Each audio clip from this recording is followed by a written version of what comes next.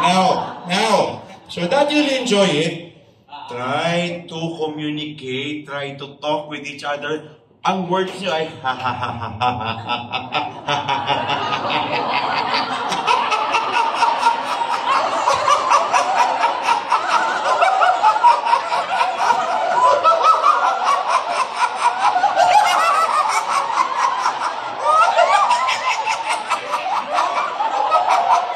Okay, take two.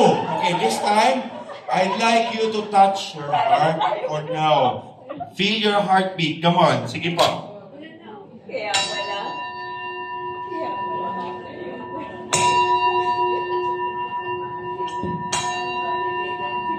Yan si Ma'am narinig ko.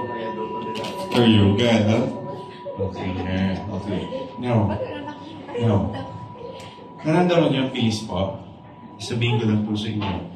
Ang study po, nagsasabi, miski fake yung pagtawa nyo, 20 seconds pa lang po yun, katumbas na yun ng 3 to 5 minutes na nagagaganito kayo.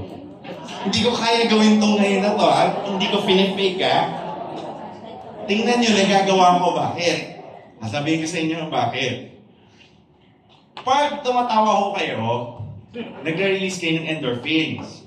Yung happy hormones, diba? The gas happy hormones. Natural opiate po yun. Ibig sabihin, nakokontrol nyo yung pain nyo kasi yung endorphins na yun, tutulungan kayo nun para mag-work sa pain management. So, hindi ko magagawa dapat to. Hindi ako ma-acte, ha? So, pag nawala ito, babalik to. Sasakit to ulit. Ano gagawin ko? Yun! Ano na? But, you're not yet off the hook. Hindi pa kayo tapos. Balikan natin yung ha. Tutulong sa inyo. Pag nagha kayong gano'n, okay, communicate. Look at my face.